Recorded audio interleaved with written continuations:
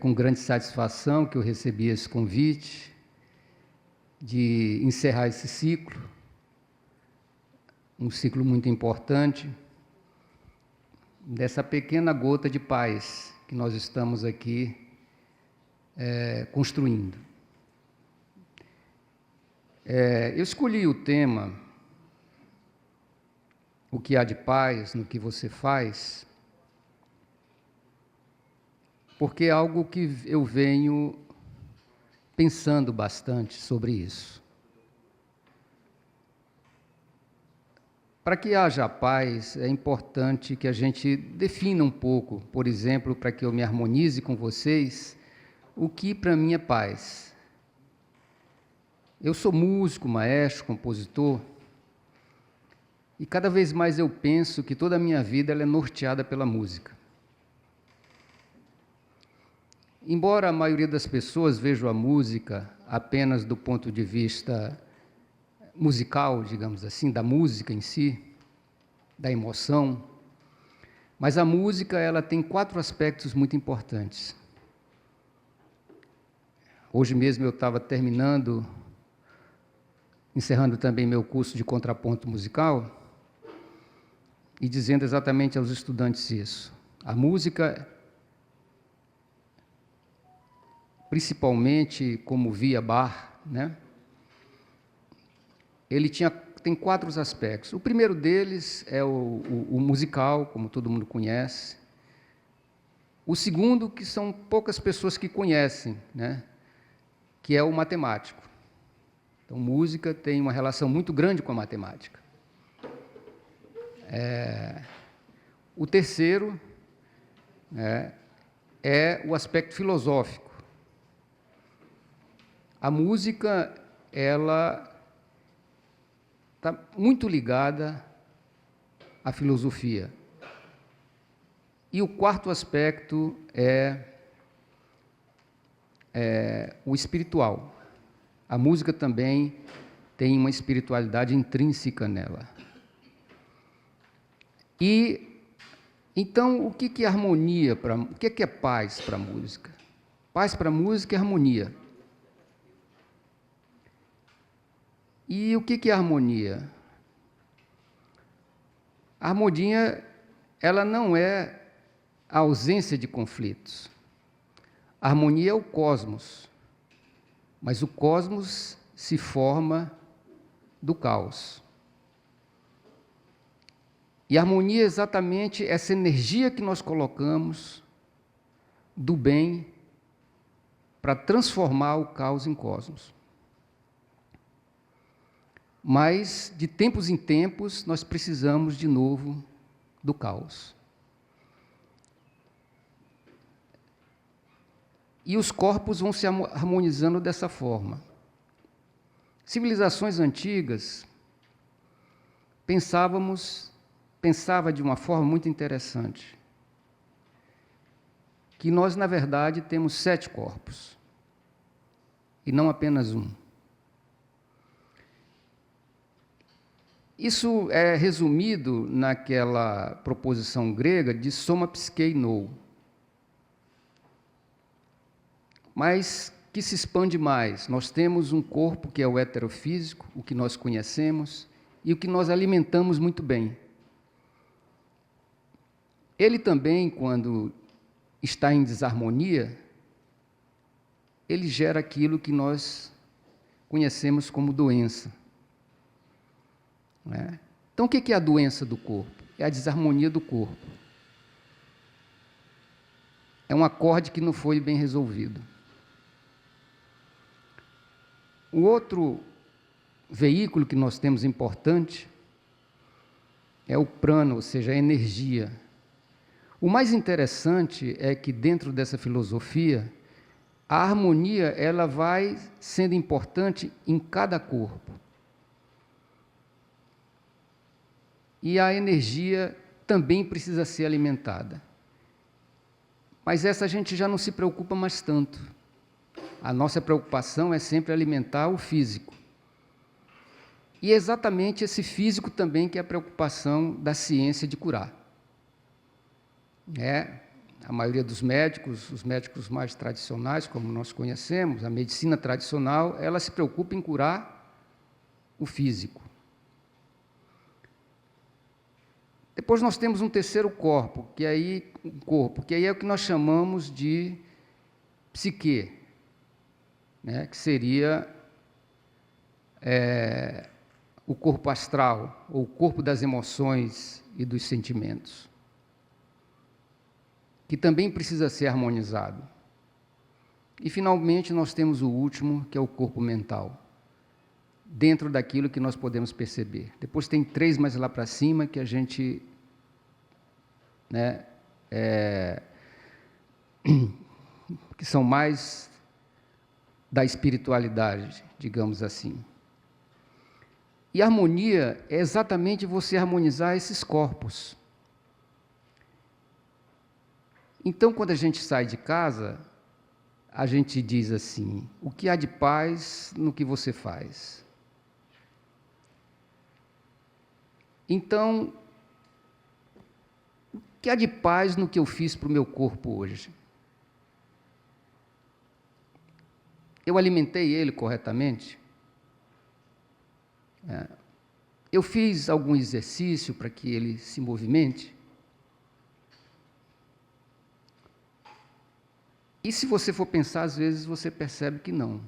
No entanto, qual é a resposta que você quer do corpo? Quer que o corpo tenha uma resposta de paz, de harmonia. E o que o corpo vai trazer para você? A guerra. A guerra é o quê? A doença. O que é a doença? É o corpo tentando avisar você que você precisa estar em harmonia com ele.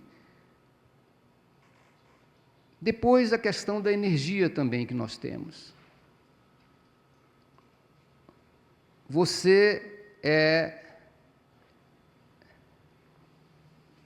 acorda de manhã, liga a TV no noticiário. Qual a energia que passa o noticiário? É uma energia negativa. Por quê? Porque nós estamos numa fase de evolução humana em que nós ainda nos alimentamos muito dessa energia negativa. E aí você quer que você tenha boa disposição. O corpo, mais uma vez, desarmonizado, avisa você: você precisa alimentar o seu corpo com boas energias. O que são essas boas energias? Por exemplo, a música é uma boa energia, uma excelente energia. Ler alguma coisa é uma boa energia. Praticar o bem é outra boa energia. A mesma coisa é as suas emoções. Você está sempre buscando emoções mais fortes para poder viver. Isso também desarmoniza o corpo. Desarmonizar o corpo é o quê? É tirar a paz do corpo, é tirar a paz sua. E, finalmente, você tem também a mental. E a mental, você deixa facilmente que pensamentos que não são seus dominem você, desarmonize você.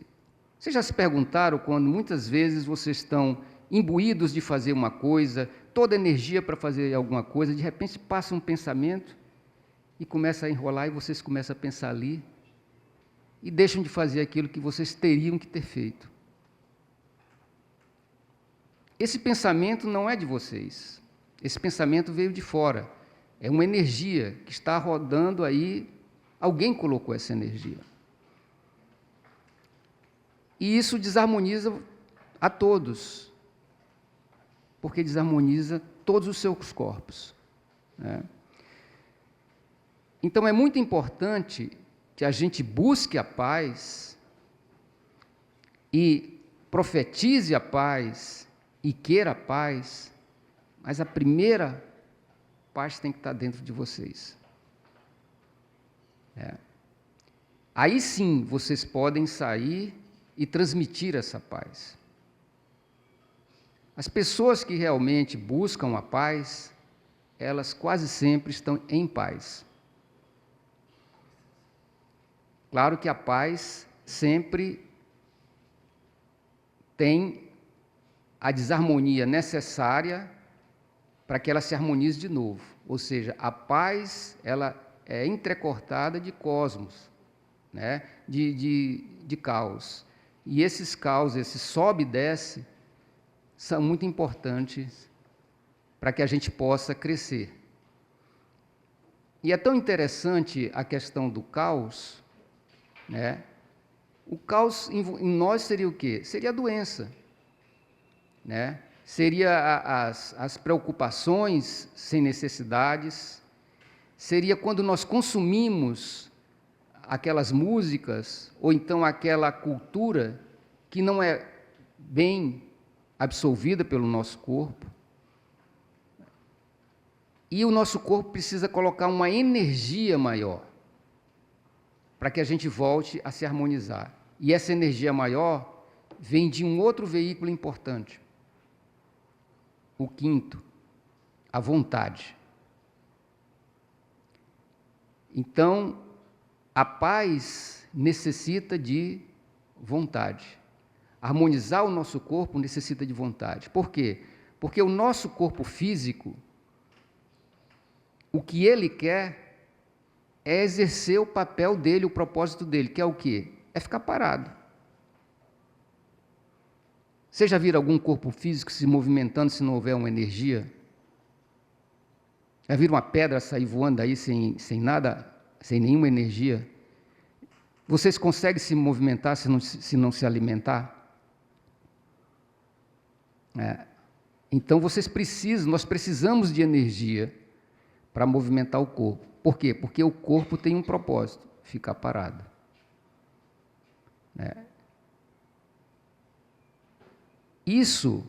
Essa energia que nós temos que dar para o corpo se movimentar, né, é exatamente aquilo que faz com que nós caminhamos em direção do nosso propósito de harmonizar esses 4 veículos. Cada veículo desse é uma nota de um acorde. E quando você desarmoniza uma dessas notas, tem que colocar uma força, que é a vontade, para harmonizar. Então vamos expandir mais um pouco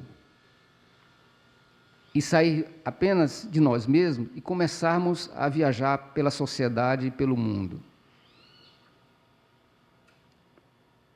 Muitas vezes, como aqui, esse pequeno círculo que nós estamos mantendo e criando com a nossa intenção de paz, para virmos aqui, nós precisamos de vontade. E essa vontade é uma energia que vocês colocam. Essa vontade é um dos veículos. Qual é o outro veículo? Por que nós temos que estar sempre colocando uma determinada energia para fazer aquilo que é o certo? Porque nós temos, desses 4 veículos que eu falei primeiro, nossa mente é a mais jovem, é a mais inexperiente que tem. E nós estamos aqui nesse mundo exatamente para desenvolver essa mente. Se vocês pensarem bem, a pedra, ou seja, o heterofísico, o físico, tem bilhões de anos. A energia, ou seja, as plantas, né, as flores, também têm bilhões de anos. Os animais também. Mas a consciência de nós mesmos tem alguns milhares. Aí tem controvérsias, né? Alguns dizem tem alguns 1000 anos, outros dizem que tem alguns milhares de anos. De qualquer maneira, não tem bilhões. Então, essa mente que nós temos aqui, ela está começando a caminhar agora no seu processo de aperfeiçoamento. Então, o que desarmoniza esses 4 corpos, na sua grande maioria? É exatamente aquilo que os antigos chamavam de astral. Ou seja, é o nosso emocional. É o nosso desejo. Não estou dizendo que nós não devemos ter desejo, mas nós precisamos saber quando esse desejo vem realmente de nós mesmos e quando ele vem dos outros. Jean-Paul Garnier-Mallet, não sei se vocês conhecem, ele desenvolveu uma teoria muito interessante, baseado na física quântica, sobre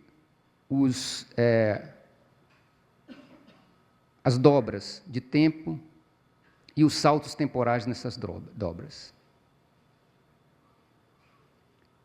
E nessa teoria, ele trouxe uma coisa muito interessante, que se você pensar que a cada 8 minutos, a Terra está escura, nós não percebemos. Por que nós não percebemos?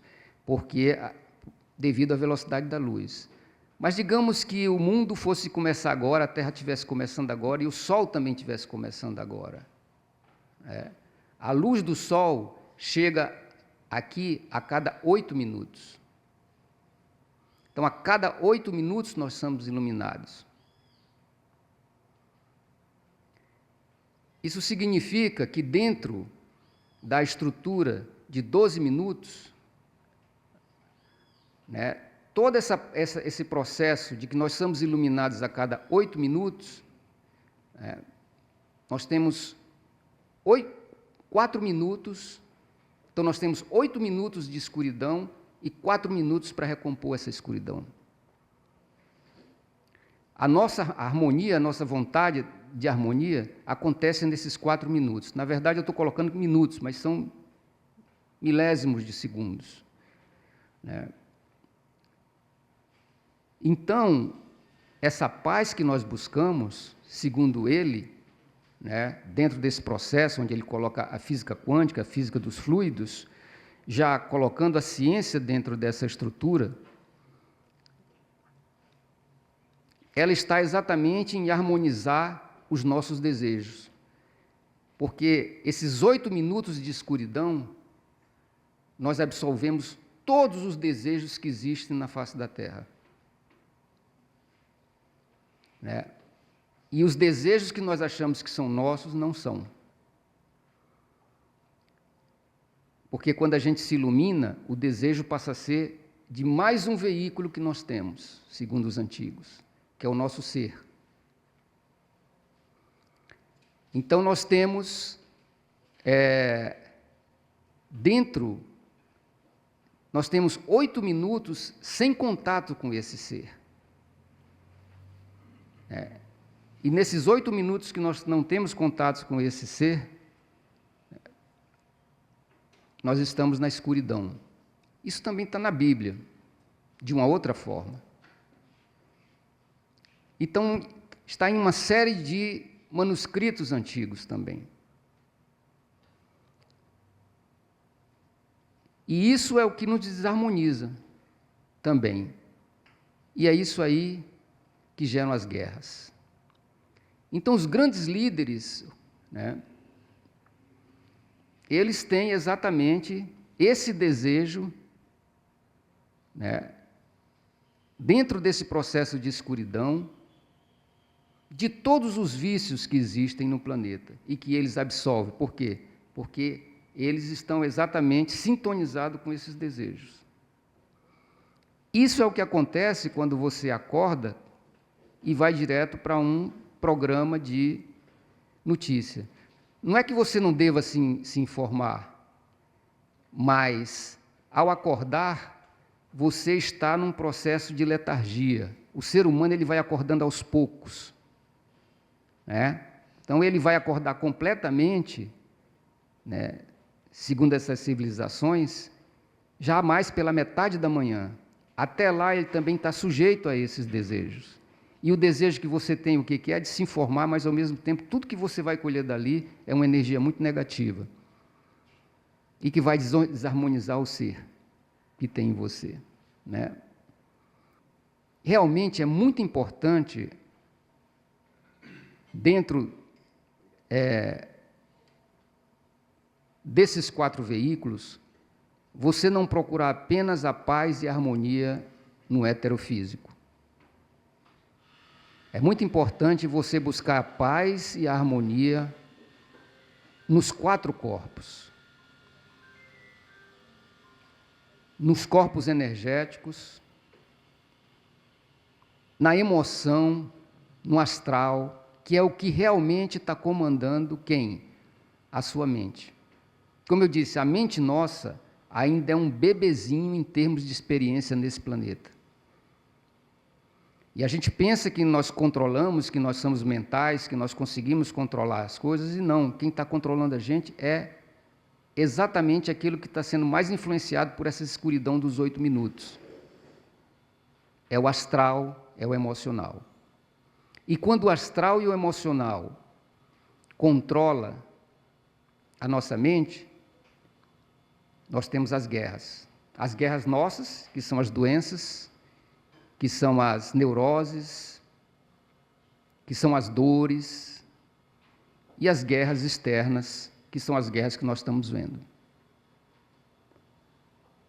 Por isso que é muito importante que a gente se deixe, né, que a gente faça o esforço de que o que controle essas energias todas seja a nossa mente.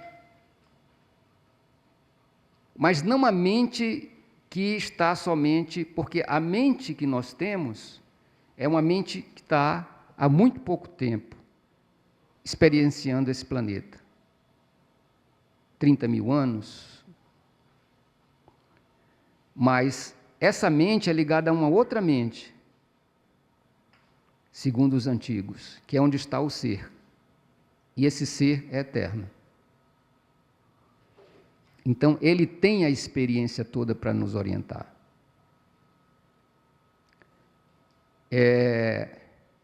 Marco Aurélio, ele dizia uma coisa muito interessante dentro desse pensamento. Uma vez, um subordinado dele perguntou como ele fazia para ser vencedor. E ele disse: quando eu não me escuto. E aí o subordinado ficou sem entender o que ele disse. Ele disse: eu sou vencedor quando eu não me escuto. Quando eu me escuto, eu sou perdedor. O que é que ele quis dizer com isso? Ele quis dizer que ele é perdedor quando ele escuta a ele cheio de desejos e com uma mente ainda muito primitiva. E ele é vencedor quando ele escuta a outra mente dele, que é a mente controlada, que controla o ser. E é nessa mente que está o nosso propósito. E aí termino com aquela pergunta muito importante que a gente sempre se faz, eu acho que todos os que estão aqui fazem essa pergunta, né? E a resposta dessa pergunta vem exatamente na paz, que é sinônimo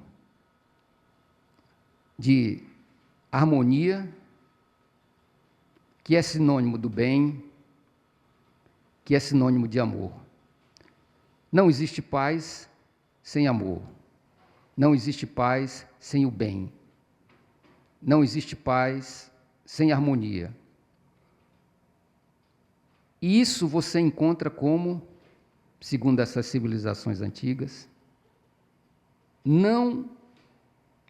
você encontra como? Não ouvindo você, ouvindo o ser eterno que você tem e que você é. Obrigado. Eu fico tão tocado com palavras tão bonitas, tão profundas, como essas que nós acabamos de ouvir, que dá vontade de ficar em silêncio. Assim como que digerindo, que absorvendo a beleza, a profundidade delas. E aí acho que há um dos temas que sempre me chamou muito a atenção. Eu acho que nós, seres humanos, sempre fomos muito superficiais. Nunca buscamos lá na profundidade compreender a vida, compreender quem nós somos, o que estamos fazendo aqui, a beleza da existência. E exatamente nessa superficialidade, nós acabamos vivendo uma vida de conflitos, de insatisfações, de medos, de incertezas. A incerteza é boa, mas quando ela não fica só na incerteza, mas na busca de compreender. E como não é uma busca fácil, ela exige que a gente realmente possa parar, pensar, meditar. A gente fala em pensar, mas a gente tem que perceber que a compreensão de tudo isso está além do pensamento. Que o pensamento ele tem limitações. E nós temos que ir para o campo do desconhecido, do mistério, para tentar entender isso. Isso tem feito que a humanidade, que está num processo evolutivo, que ela ainda tenha sofrido tantos desastres, tantos comportamentos inadequados. Mas uma coisa que a gente pode observar, embora a humanidade tenha feito muitas coisas muito erradas, em todos os tempos sempre existiram vanguardas de luz. Vanguardas trabalhando para trazer esse entendimento, essa paz, essa realização de cada um de nós, sempre. Nós vamos, nos períodos remotos, vamos lá, até não tão longe, a luta de gladiadores como entretenimento para agradar uma plateia. É claro que existia uma plateia fora de si, ainda com pensamentos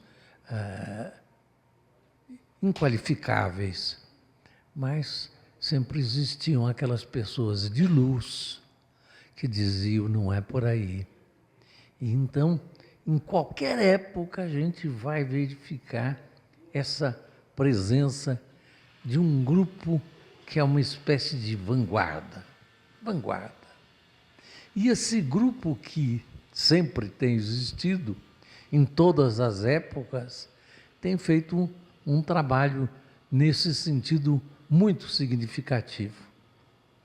E a sociologia nos ensina que as grandes mudanças são feitas por pequenos grupos. Elas não são feitas pelas massas. As massas fazem revoluções, mas que, como elas não têm uma base profunda de espiritualidade, de paz, de harmonia universal, elas não têm raízes. E sempre acabam aqueles que fazem a revolução fazendo tantos erros ou outros quanto aqueles que fizeram a revolução. Mas sempre tivemos os que nós podemos chamar de revolucionários do bem. Aqueles que trabalham para a mudança da mentalidade em todas as épocas. E em cada época nós vemos assim como que uma responsabilidade daquela geração. Aquela geração tinha uma responsabilidade. Porque o processo é um processo evolutivo e uma das coisas dentro de todo esse conjunto que o Mário muito bem explicou, temos que perceber é a unidade da vida. Tudo está relacionado. Antigamente nós dizíamos que uma borboleta bate as asas na China e mexe com o universo. Hoje nós sabemos que mexe com o universo. Especialmente a física quântica, a ciência quântica, nos mostra que está tudo relacionado. Existe como um fio invisível que nos relaciona com todas as pessoas, com todas as coisas e eles relacionados com nós. E que nós pensamos viver uma vida individual e que temos que lutar pelo nosso bem-estar.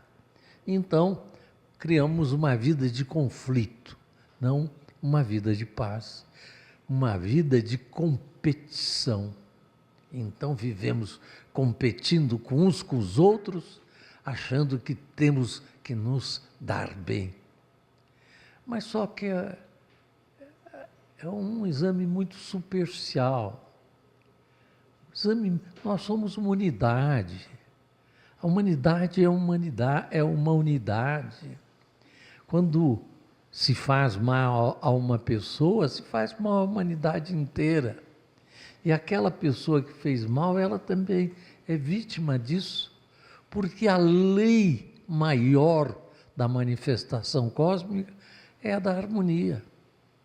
Essa é a lei da criação. Tudo vive em harmonia. Nós vamos viver os planetas nos seus movimentos, e você, Mário, como uma pessoa da área da música, sabe perfeitamente que Pitágoras falava da música das esferas. Ou seja, as esferas não estão simplesmente se movendo, mas no movimento delas, elas produzem sons. E sendo um movimento harmônico, elas produzem sons harmônicos. E nessa percepção, que para mim é básica, de que nós possamos verificar que nós somos a gota do oceano, e sendo a gota do oceano, nós somos o próprio oceano, dentro dessa percepção básica, aí então nós temos que perceber o caminho da paz e como é que a gente pode ter uma vida harmônica e bela de paz. E aí nós vamos ver que a paz é um resultado, como a guerra é um resultado. Resultado de quê? De comportamentos. Há comportamentos que nos levam à guerra, há comportamentos que nos levam à paz. E que, portanto, podemos ter um estudo sobre a ciência da paz. Como aqui a nossa universidade criou uma disciplina sobre a ciência da paz e que terminou o seu ano também com os alunos encantados com a ciência da paz. Encantamento tal que a questão de poucos dias atrás tivemos aqui uma reunião com 17 reitores de outras universidades querendo levar para essas universidades a ciência da paz. E essa ciência da paz é que nós temos que tentar entender, e tão profundo quanto seja possível na nossa limitação, para verificar que nós temos o poder de fazer um mundo de paz. Que cada geração tem responsabilidades. A geração de nossos avós, tataravós, no caso específico, num exemplo específico, trabalhou nas suas lideranças, nas suas vanguardas, pela abolição dos escravos. A mais próxima de nossos avós, nossos pais e até nós mesmos, trabalhamos pelo reconhecimento da dignidade da mulher na sociedade. E nós, no dia de hoje, nós somos responsáveis pela geração dar um avanço, como faz parte desse processo evolutivo. Mas precisamos ter clareza disso. Qual avanço que nós podemos ter? O que nós podemos fazer para poder ter um mundo melhor?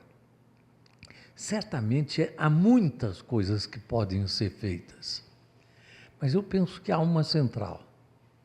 E essa central é exatamente a percepção do encanto da vida, da beleza da vida, da harmonia cósmica da vida, de como a vida é encantadora, como as pessoas são encantadoras, como os animais são encantadores, como as plantas, as pedras, como tudo é encanto, tudo é beleza. E na medida em que a gente se consiga ter a nossa consciência ligada com essa harmonia, apesar de existir o choque, o desentendimento, a gente consegue se manter de uma forma diferenciada nesse mundo. É possível a gente viver em plena paz, em plena felicidade, em plena alegria, na medida em que a gente tem os nossos pensamentos, os nossos sentimentos, as nossas motivações para perceber esse encantamento e viver esse encantamento. Tudo é maravilhoso na vida. Nós chegamos ali fora, está um matinho, tem uma florzinha desse tamanhinho, a gente pega a florzinha, nem dá para olhar direito, pega uma lupa para ver. Ela é linda, ela é perfeita, ela é perfeita. O mundo é constituído de uma beleza total em todas as partículas. Você vê uma formiguinha andando, não é, para nós pode parecer monstruoso, mas não é não. Ela tem simetria para começar, as pernas do lado direito, do lado esquerdo, e tem os seus olhinhos, tem a sua boquinha. É uma perfeição dentro do nível dela, mas é uma perfeição. Você vê o sorriso de uma pessoa, você vê que beleza que é o sorriso de uma pessoa, que é a expressão da vida, a expressão da beleza. Eu sinto que um dos pontos principais que nós precisamos na nossa geração é ser vanguarda para isso, para mostrar ao mundo que nós podemos, um conjunto, ser uma vanguarda de um mundo novo. Que não é um mundo que está, não, isso, não sei o quê, fulano não presta, e fulano mais aquilo, minha vida está um horror.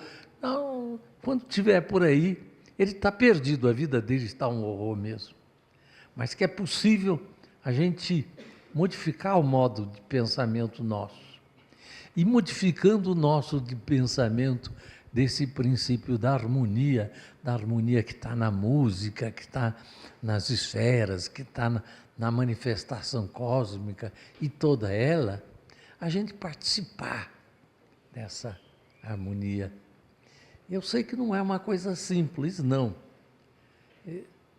Eu, como venho de muito longe, né, eu tenho 92 anos de idade e sou filho de pais espiritualistas que sempre me disseram do poder do pensamento, do poder da energia positiva.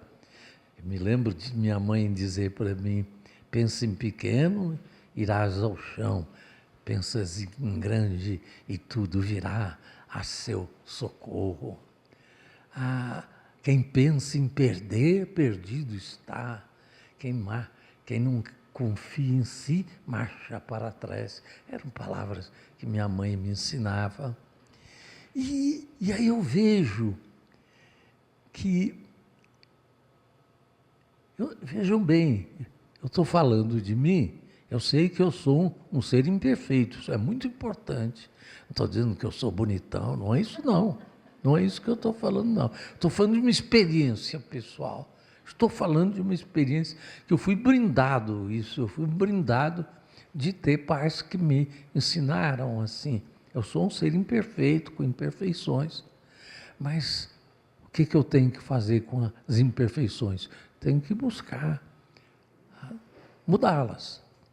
Só que a forma de mudar, que é outra coisa que a gente precisa nesse estudo perceber, não é com a crítica, não é com o castigo, não é nada por aí.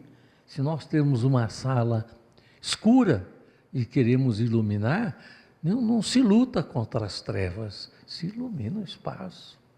Se nós temos uma pessoa insensível e nós achamos que podemos ajudá-la e a vida nos dá condições de ajudá-la, não temos que castigá-la, que criticá-la, que prendê-la.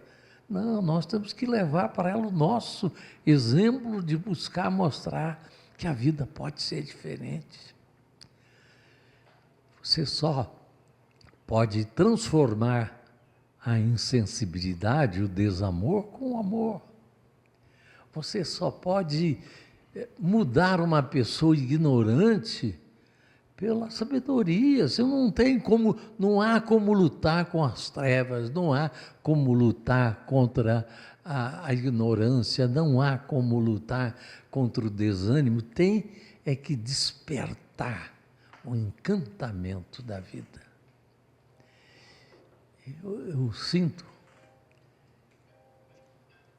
Eu sinto que a vida é tão bela, é tão linda, é tão extraordinária. E como nós tolamente perdemos essa beleza com os nossos pensamentos sem luz, sem harmonia, sem música harmônica. Então eu sinto que um grupo como o nosso é um grupo de luz. Nós temos aqui, ao longo de um longo período, nos reunido aqui sempre, buscando sempre aprender com o outro e com o outro, porque cada um de nós está aprendendo. Eu sinto que nós podemos fazer a diferença, sendo diferentes dessa normalidade que vive em choque. É claro que não é uma coisa simples. Me dizia que o Mário, a gente liga a televisão para ver notícia e logo vem notícias horrorosas. Se nós não tivermos preparado o nosso, vou chamar de espírito, nossa alma, a nossa consciência, para perceber que aquilo faz parte da vida, não é criticar, faz parte da vida, mas que é possível a gente olhar aquilo com outros olhos, com os olhos da alma. Olhando com os olhos da alma, quando nós vemos uma pessoa fazendo mal, nós temos compaixão dela. Quando nós vemos uma pessoa na sua ignorância, não só nós temos compaixão, como sentimos que é preciso levar sabedoria a ela. Então, é preciso chamaria de um novo homem. A história da humanidade, ela mostra que nós vivemos quase 1000 anos de um período de trevas, com dogmatismos, que nós éramos obrigados a aceitar, mesmo que estivesse certo ou errado, e quem não aceitava era queimado vivo, por não aceitar aquele dogmatismo. Mas, pelas lideranças daquela época, pelas vanguardas daquela época, isso foi mudado. Hoje não temos mais situações como essa. Mas nós vivemos ainda num mundo que precisa de muita luz. Nós vivemos num mundo de guerras. Nós vivemos num mundo de violência. E o que a gente pode fazer? Nós somos poderosos para fazer. Eu acho que o que eu quero fundamentalmente dizer a vocês das minhas reflexões é que cada um de nós é responsável pelo mundo que está. Mas como? Eu não faço nada de ruim, como é que eu posso ser responsável? É porque o mundo, ele caminha dentro de costumes, de paradigmas que são formatados pela consciência coletiva. Hoje, se um de nós, ou qualquer pessoa do mundo, for defender a volta de seres escravizados, eles vão naturalmente dizer, ficou louco, está fora de si. Então nós vemos que é possível mudar a mente. E é possível mudar a mente para que as pessoas percebam que a vida tem que ser de amor, de felicidade, de serviço. E que amor é serviço. Amor é serviço. Eu vejo, por exemplo, lá no Rio de Janeiro, aqueles problemas que estão acontecendo lá. A gente pode dizer, problema lá, não tem nada que ver com isso. Não, nós temos que trabalhar para mudar a mentalidade. Nós somos responsáveis, cada um de nós, pela mente coletiva. E nós achamos que aqueles que compõem aquelas comunidades, aquelas favelas, eles têm como resolver o problema em que vivem? Não tem. Somos nós que temos que resolver esse problema. Somos nós.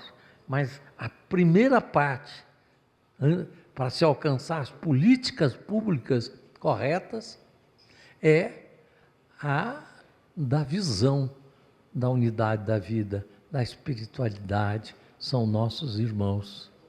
Nós podemos ver isso aqui num pequeno grupo, mas nós sabemos que a política não é feita assim até hoje, mas nós temos que exercer uma influência para que a política seja a política do amor, da solidariedade, da fraternidade universal.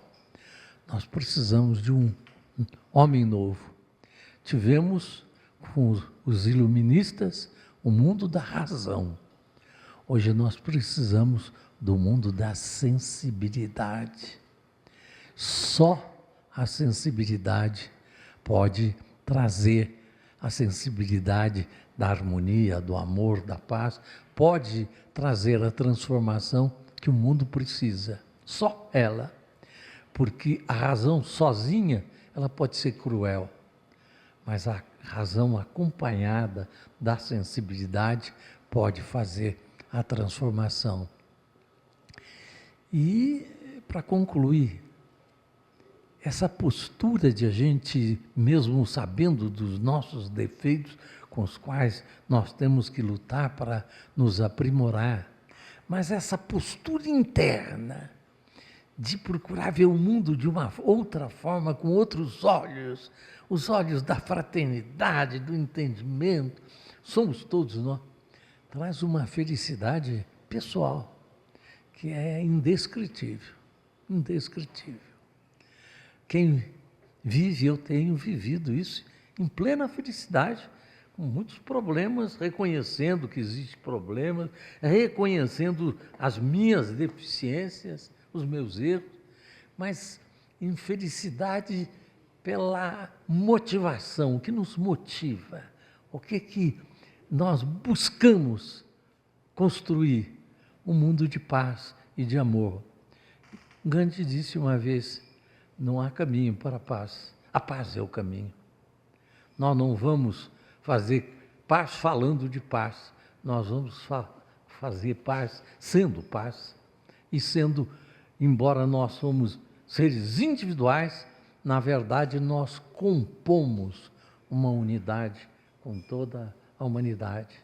E por isso eu acredito que a Tribuna da Paz, cada um trazendo as suas luzes, a sua percepção, como aqui as palavras maravilhosas do meu querido amigo, irmão Mário, e tudo que temos aqui ouvido é um trabalho importante.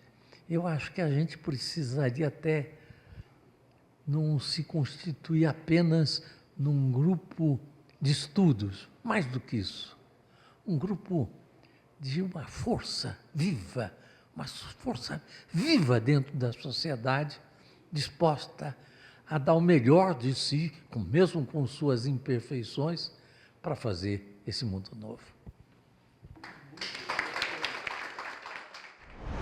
Olha que eu vim de lá pensando, eu não vou esquecer de colocar isso aqui, mas nesse caminho foi o suficiente. Olha o quanto nós não estamos, eu não estou na presença do ser que é. Mesmo assim, eu arrisco fazer a seguinte pergunta ao professor Mário Brasil e ao Dr. Ulisses Riedel. Brilhante.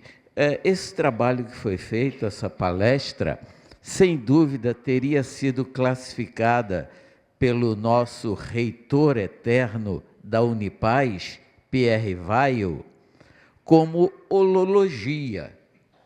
É um tratado, é a ciência da paz que foi aqui exposta, não na sua profundidade, eu concordo, porque essa ciência é bastante profunda, mas na sua possibilidade dentro do tempo que eles têm, né? Então a pergunta é assim: complementando a holologia que precisa ser feita, a gente expor, a gente trabalhar, escrever sobre a busca da paz, que holopraxis existem? O professor Pierre Weil falava na holologia e na holopraxis. Eu cito uma: a meditação é uma holopraxis muito poderosa, mais poderosa do que a gente, como indivíduo pequenininho, supõe, né? Aquele coração vazio, aquela mente vazia, o coração está pleno de amor, mas aquela mente vazia e menos barulhenta, ela contribui sobremodo, e tem pesquisa científica sobre isso. Então, a pergunta é, eu citei a meditação, mas a nossa holopraxis, para que a gente, cada um, possa ajudar a contribuir no atingimento de uma paz coletiva. Temos que cuidar a partir de nós. Então, eu gostaria de ouvi-los, meus caros professores, sobre isso. Muito obrigado. Eu falei no meu nome, eu esqueci. Claro, esqueci. Eu sou Paulo Nascente, ex-professor desta casa, no Instituto de Letras, professor aposentado, e ex-aluno da Unipaz. Estou vendo aqui, reitora da Unipaz, e me lembrei do Pierre, que falava em holologia e holopraxis. O que de holopraxis? Obrigado. Bom, em primeiro lugar, minha mais profunda admiração para os nossos dois mestres, né, irmãos de alto nível espiritual, que cada vez que eu os vejo falar, eu me sinto um troglodita. E é exatamente isso que eu queria perguntar. Ainda hoje, eu estava indignado com algumas posturas políticas, e nessa hora, eu não consigo ser luz. Eu ainda reflito a minha indignação devido à minha pequenez moral e não consigo fazer isso que vocês propuseram, que é iluminar a sombra com luz. E eu quero uma dica, como é que a gente faz isso? Porque não é fácil. Eu tenho muita facilidade de ser amoroso, de me doar, né? Quando a gente vê uma vítima, quando a gente vê uma pessoa precisando de auxílio. Mas quando a gente vê um opressor, eu me transformo nesse monstro a léguas de distância desse nível elevado que vocês propõem aqui. Então, eu queria uma dica, como é que a gente faz para transformar esse ser ainda tão atrasadinho numa em algo um pouquinho melhor. É só isso. Meu nome é Fernando Molina, sou jornalista, trabalho aqui na União Planetária, uma grande satisfação. Assim como é uma grande satisfação estar aqui às segundas-feiras, né? É como se fosse um oásis. Não preciso explicar muito o que significa, né? Esse refresco que é estar aqui. E a gente fala de coisas que não necessariamente são abraçadas pela academia, nos formatos da academia, né? E aí, com a internet, a gente é exposto a essa avalanche de informações e é difícil saber o que tem procedência, o que não tem procedência. Então, tem uma citação que eu gosto muito, que é muito recorrente, atribuída ao Nikola Tesla. Se você quiser descobrir os segredos do universo, pense em termos de energia, frequência e vibração. E música não é nenhuma outra coisa senão vibração, né? E aí, também na internet, tem essa alegação que eu não tenho como verificar. Eu nem me lembro a fonte, mas é um argumento que estabelece, que fala sobre essa relação da música com a matemática, fala da relação dos ângulos retos com os acordes, Fá sustenido, tal. E os ângulos retos são 90 graus, 60 graus, 45 graus, 180, 360, tudo relacionado ao 9, 3, 6 e 9, que é uma coisa para a qual o Tesla também diz que ele chamava a atenção, né? E a pessoa que estabelece essa conexão dos ângulos com os acordes, com a música, fala que no início, aí eu precisaria do esclarecimento, fala que no início do século passado havia uma dispersão entre a frequência da afinação dos instrumentos e que teria partido da Fundação Rockefeller a padronização em 440 Hz, quando, de acordo com essa pessoa, se fôssemos seguir a matemática, o ideal seria 432 Hz, que dá 9, 4329. Pergunta, se já tinha ouvido falar sobre isso. 2, se faz algum sentido essa construção. E a outra pergunta é falar um pouquinho sobre o que é a música quântica. Se pudesse, né? Um curso de 4 anos em um Twitter. Obrigado. Eu conheci o Ulisses há um tempo e foi por acaso que a gente se conheceu. Foi num evento meu da escola, que eu estava fazendo para ganhar ponto, e acabou que eu conheci uma mente que pensava muito diferente sobre o que significa o progresso nos dias de hoje. Eu não tenho nada científico para explicar, vocês são muito mais cultos que eu, então aqui eu só estou para aprender, não vou conseguir explicar o que significa o caos, os orbitais do elétron que passam pela energia quântica, eu não tenho ainda informação para explicar isso, mas eu estou aqui para dizer que eu, como um jovem, com uma mente jovem, que ainda é mais imatura do que a mente jovem de vocês também, eu fico muito grato por entender como é que funciona, como é o caminho para a satisfação pessoal, a satisfação da paz, que não tem nada a ver com o pessoal, tem muito mais a ver com o coletivo. As pessoas da minha idade, as pessoas que eu convivo, o meu meio, a gente entende que a gente vai alcançar o bem, a gente vai alcançar a felicidade, a paz, o que a gente quer, com um progresso pessoal, com um desenvolvimento. Então, acaba que o que a gente pensa é simplesmente em progresso pessoal. Isso no ramo financeiro, de informação, sempre com o intuito egoísta, o intuito de você se garantir no mundo de hoje, que é um mundo que a gente vê como muito competitivo, muito perigoso. E quando eu venho aqui, a gente entende que até as pessoas mais próximas que lutaram mais por esse caminho, e é um caminho que eu também já lutei muito, talvez não seja o caminho certo, a gente esteja indo por o caminho contrário. E você entender que a pessoa ao seu lado está bem, é tão bom quanto você se distanciar dela para tentar subir em cima dela e passar por cima.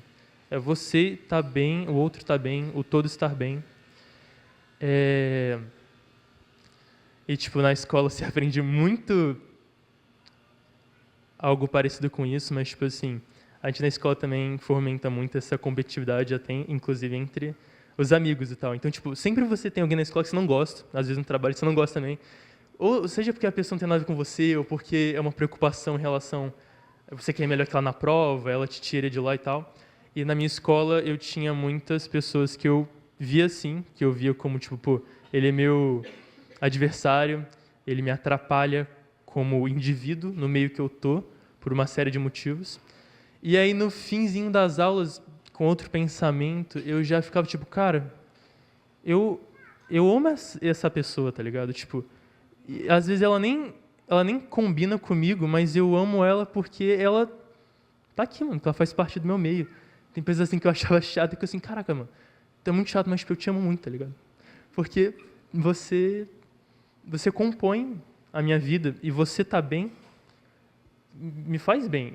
Você mal, velho, não conseguiria, eu não ficaria feliz com isso, por mais que às vezes eu não tenha a mesma cultura que você, o mesmo pensamento que você.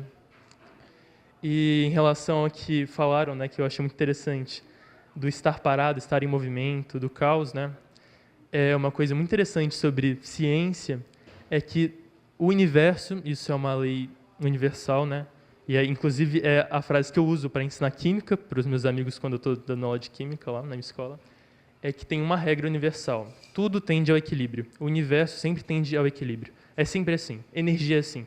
Seja por elétrons passando, que dá corrente elétrica, seja por temperatura, então o corpo quente e o corpo frio eles vão trocar a energia até chegar à mesma temperatura, se chama equilíbrio. E esse equilíbrio, ele sempre ele vai e volta, ele nunca fica parado. O corpo que está parado é um corpo morto. O vivo sempre vai estar indo e voltando. Isso em equilíbrio químico, por exemplo, a reação sempre vai e volta. Por que ela não fica parada? Ela estaria em equilíbrio. Ela não pode ficar parada, porque isso significaria que ela estaria morta. Então ela vai e volta sempre. Ela vai, ela volta, ela vai, ela volta.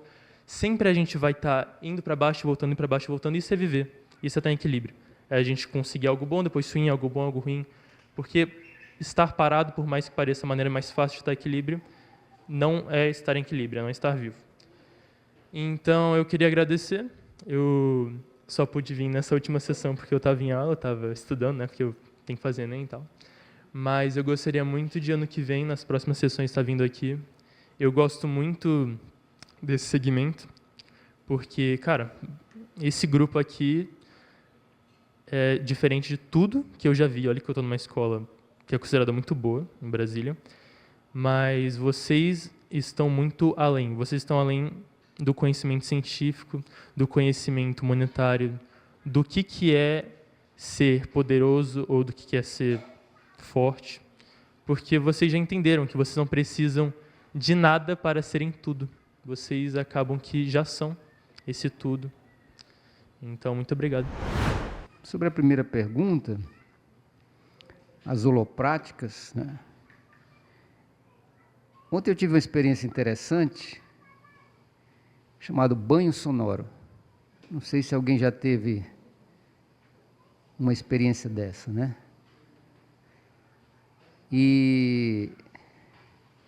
Então, essa é uma das holopráticas importantes, né? Se você pudesse, pelo menos uma vez por mês, tomar um banho sonoro. Com certeza ela te conecta com coisas que você sente, e sente profundamente, e sente que algo maior que você e que aquilo é o bem. Tem outras, mas eu vou ficar só nessa, só para não me prolongar, né? A segunda pergunta,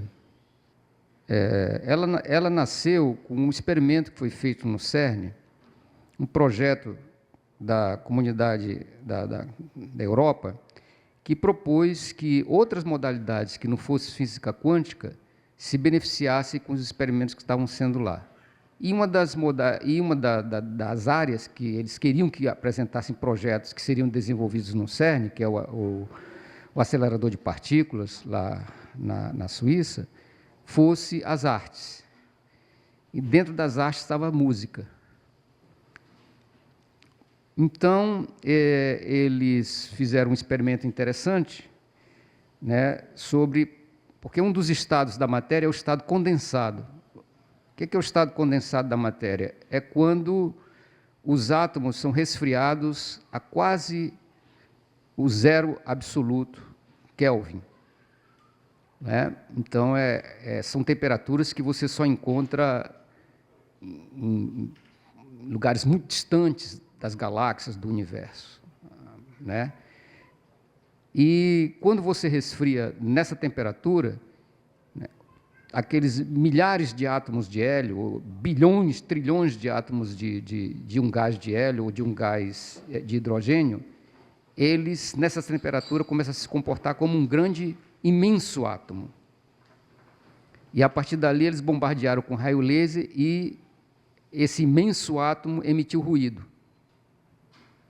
que era quase audível sem aparelhos. E esses ruídos são, como disse quem foi que falou, frequência, né? É vibração. E a música também é vibração. Então, a partir dali, você pode ir decompondo esses ruídos até chegar a, entre aspas, as notas musicais. E com esses ruídos, chegando às notas musicais, você pode compor música. Então, isso é o que a gente chama hoje de música quântica. Não é aquilo que está aí sobrevoando na internet, né? De que tudo é quântico, que tudo é quântico. Não, na verdade, é cura quântica, essas coisas todas, né? Que tem também. Mas, no caso da música quântica, é um experimento científico que foi de uma parceria com a música, e isso está cada vez mais caminhando pelo mundo, né? Eu já fiz 4 seminários aqui, trouxe pessoas de vários lugares do mundo para participar desses seminários, físicos, quânticos, astrônomos, né? Então, isso, depois, se você quiser com mais detalhes, porque aí fica um pouco mais complexo, a gente pode conversar sobre isso, né? Eu gostei das perguntas e até quero começar e, de uma certa forma, uma identidade entre elas, que está muito focada na questão da praxe. E como fazer para enfrentar essas sombras. Certamente é um processo. Você quer colher uma planta, um fruto, você planta hoje a semente, mas você não colhe amanhã. Você tem que cuidar daquela semente para que ela germine, para que ela cresça, para que ela crie as suas raízes, que se agarre à terra, que se abra ao sol, à luz, para depois ela produzir os frutos.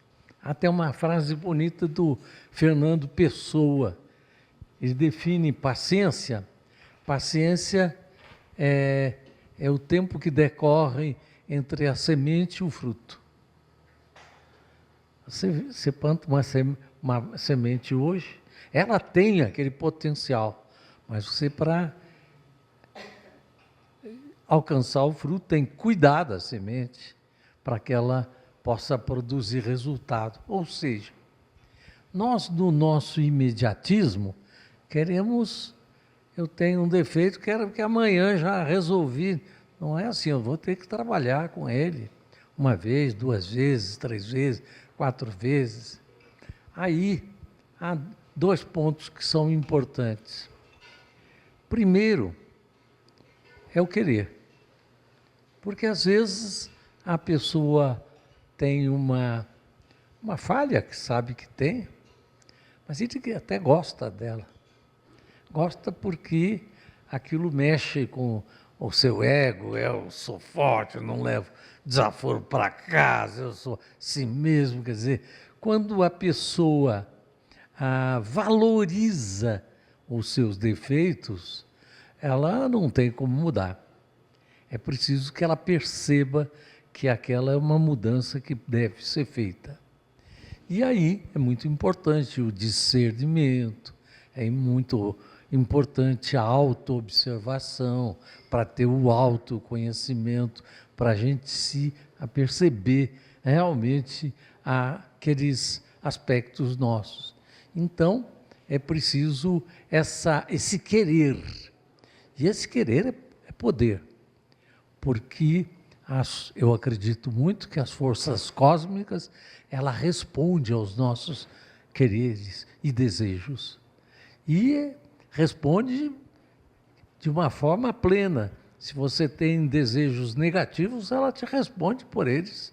Só que você vai colher o fruto da semente ruim que foi plantada e vai ter um resultado ruim decorrente de uma lei chamada de causa e efeito. A gente colhe rigorosamente o que semeia. Então, isso é um dos pontos importantes.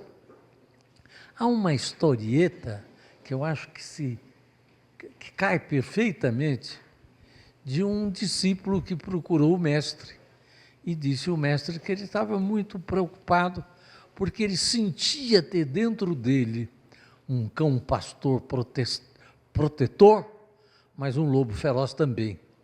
E que, em alguns momentos, ele era extraordinariamente, salvava um e outro com sacrifício próprio, e em outros momentos ele ficava uma fera, com vontade de matar aquela pessoa que estava fazendo uma coisa errada. Então ele pedia ao mestre que dissesse quem é que vai vencer, o lobo feroz ou o cão pastor. E o mestre disse simplesmente uma frase para ele: vai vencer quem você alimentar. Olha bem, vai vencer quem você alimentar. Se uma pessoa sente que tem impulsos e ele renova e abre e permite, ele está alimentando.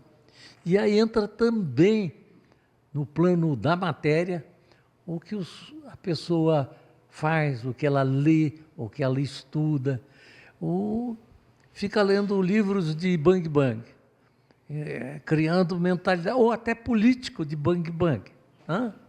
E então a sua mente está voltada para aquilo.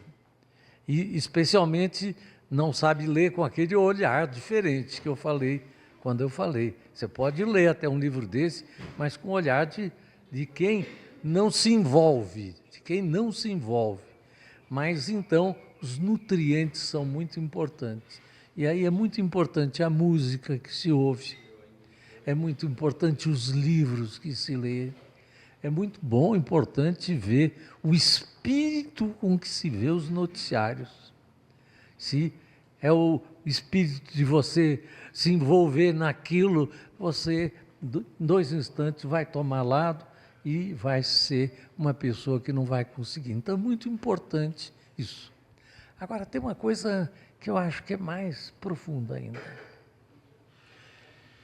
Devo dizer que é uma experiência de vida minha, como disse a vocês, eu tenho muitos erros, quando eu falo de mim, eu não estou falando de que eu sou melhor, porque eu não sou melhor do que ninguém. Aliás, ninguém é melhor do que ninguém, Todos nós estamos no nosso aprendizado. Mas essa é uma experiência de vida que eu tenho.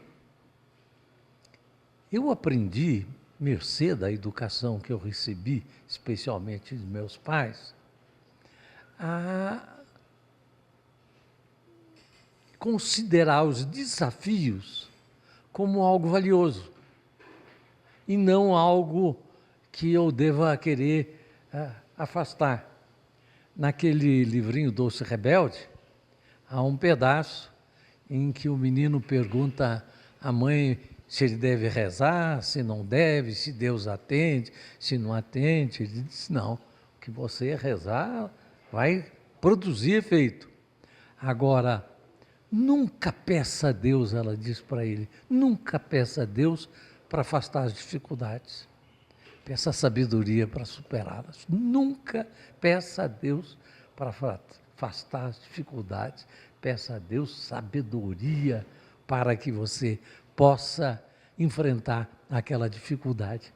E dentro disso, eu criei em mim uma experiência muito interessante de valorizar os desafios. vem um desafio, eu digo, vem cá, deixa eu te abraçar.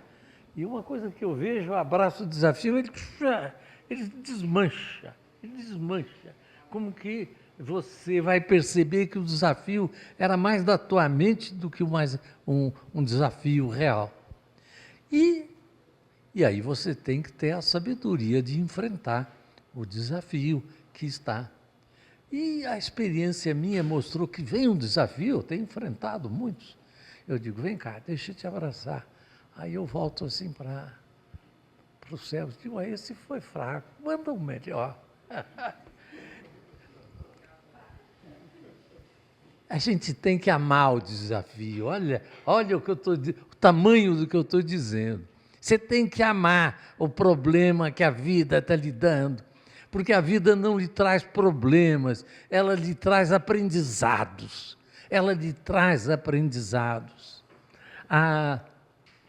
Até nesse mesmo livrinho, há um pedaço em que conta que o rapaz estava lá nas Pleiades e chegou um anjo e disse, você vai nascer lá na Terra, qual a qualidade que você quer desenvolver? E aí o rapaz pensou um pouco e disse assim, paciência, eu quero ter paciência. Aí o anjo disse assim, ótimo, você vai ver quanto problema eu vou colocar na tua vida para você desenvolver a paciência. Quer dizer, o desenvolver a paciência não é dando a paciência para ele, é ele conquistando a paciência, conquistando.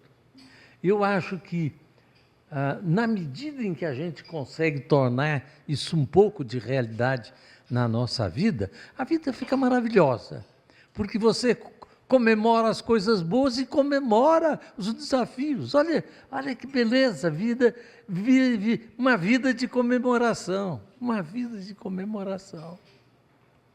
É como aquela pergunta, se você tem uma pessoa muito difícil na tua família, que beleza, vou desenvolver, Deus colocou isso na minha vida porque eu preciso aprender alguma coisa, vou desenvolver a capacidade de não me perturbar e vou desenvolver a capacidade de socorrer essa pessoa. É isso que eu sinto que a gente precisa, um novo olhar. Vou até contar duas historiazinhas para terminar deste livro Doce Rebelde, né?